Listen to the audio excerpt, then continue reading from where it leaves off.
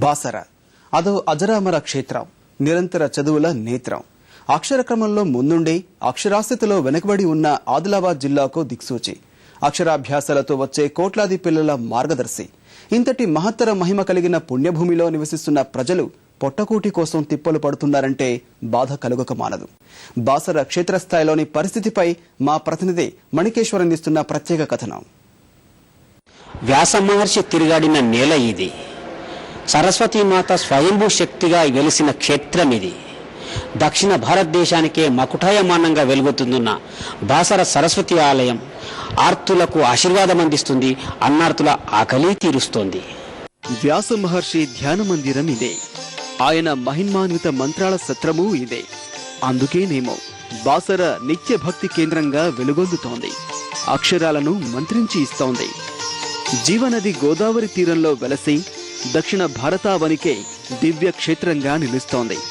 అందుకే బాసర కుగ్రామమైన ఎనలేని గుర్తింపు.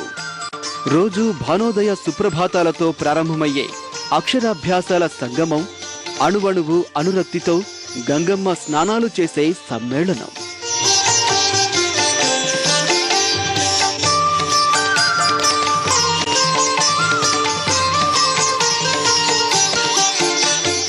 ఆదిలాబాద్ జిల్లాలోని బాసరకు భక్తుల తాకిడి లక్షల్లో ఉంటుంది. వేకువజామునై అమ్మవారి సన్నిధికి చేరుకునే వివిధ రాష్ట్రాలకు చెందిన భక్తుల సంఖ్య రోజురోజుకు పెరుగుతోంది. చదువు పట్ల ఆసక్తిని పెంచుతూనే ఉంది.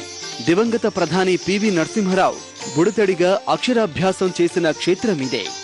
అక్షరాభ్యాసం చేయకపోయినా అమ్మవారిని దర్శించుకుంటే చాలనే స్ఫూర్తి నేటి తరం వాళ్లలోనూ కనిపిస్తోంది. అక్షరాభ్యాసం చేసుకునే వాళ్ళు కాకుండా ఇక్కడ దర్శించడం వల్ల కూడా చాలా మంచి జరుగుతుందని చెప్పేసి మేమందరం కూడా ఇక్కడ వచ్చామండి. చాలా బాగుంటుంది సరస్వతి మాత. ఇక్కడ చాలా మందికి కూడా జరిగాయి అనుకున్నవన్నీ. చదువులోనే కాకుండా సంగీతంలో అన్నింటిలో చాలా రాణించారు. వ్యాస మహర్షి ఇక్కడ కూర్చుని చేశారు అసలు. సో చాలా మంచిగానే ప్రతిష్ఠ ఇక్కడ. ఇది భక్తుల ఉత్సాహం, భవిష్యత్తుపై ఉన్న ఉత్తేజం. అమ్మవారిని దర్శించుకుంటే చాలు భవిష్యత్ అంతా బంగారు వర్ణమవుతుందనే అచంచల విశ్వాసం.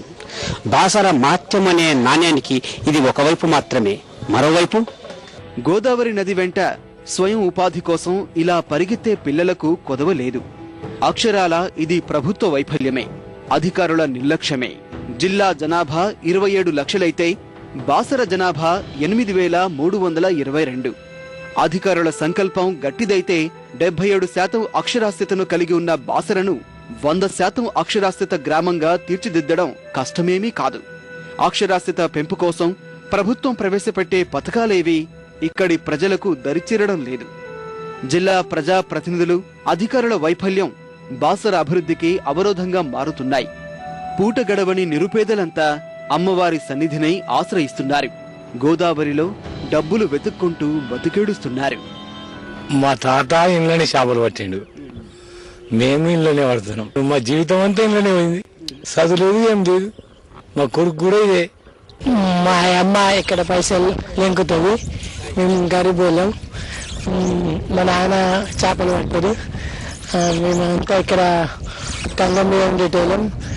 చదువుకోవాలనిపిస్తుంది కానీ చదువుకుంటే ఎప్పుడు విజయం వచ్చేది తెలియదు. మాకు కూడా చదవాలని ఉంది కానీ మా అమ్మ నాన్న అప్పటి నుంచి ఇక్కడనే పనిచేస్తున్నారు. అందుకని మేము కూడా డబ్బులు ఏరుకుంటా పడవ దింపుతున్నాం.